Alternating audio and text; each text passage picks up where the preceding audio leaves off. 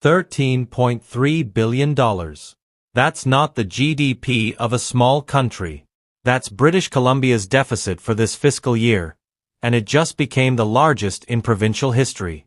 Finance Minister Brenda Bailey delivered the budget on Tuesday, and let's just say the numbers are making a lot of people do that slow head shake you usually reserve for watching someone parallel park for the 8th time.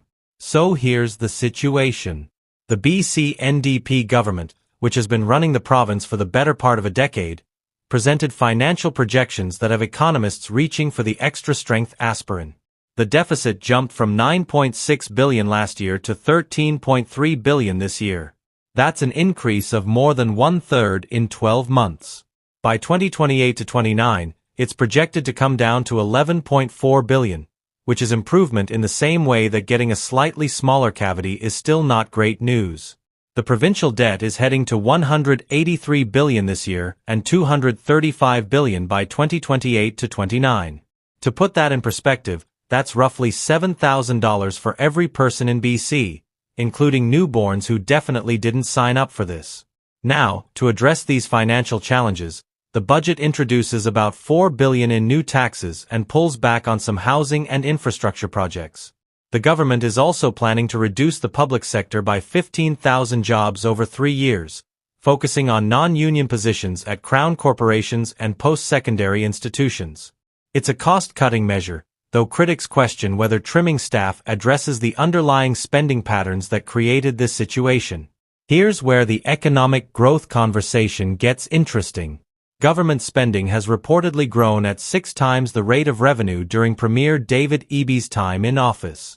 That's like earning an extra $1,000 a year but spending $6,000 more.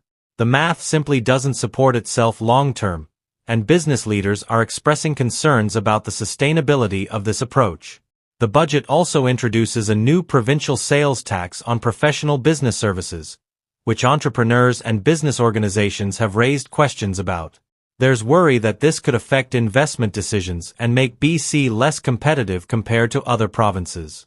The challenge is balancing revenue generation with creating conditions that encourage economic activity. Youth migration patterns are becoming a talking point too. Younger residents are increasingly looking at opportunities in other provinces or south of the border, where housing costs and economic prospects may appear more favorable. This demographic shift matters because younger workers contribute to the tax base that funds services for an aging population requiring increased healthcare support. Finance Minister Bailey acknowledged before the budget that the decisions might not be popular, recognizing the difficult balance between fiscal responsibility and public expectations.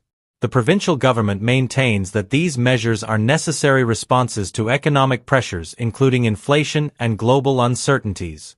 The question facing British Columbians now is whether this budget represents a sustainable path forward or if more significant changes will be needed. Economic growth, investment attraction, and fiscal management will likely remain central topics in provincial discussions for months to come. What's your take on BC's financial direction?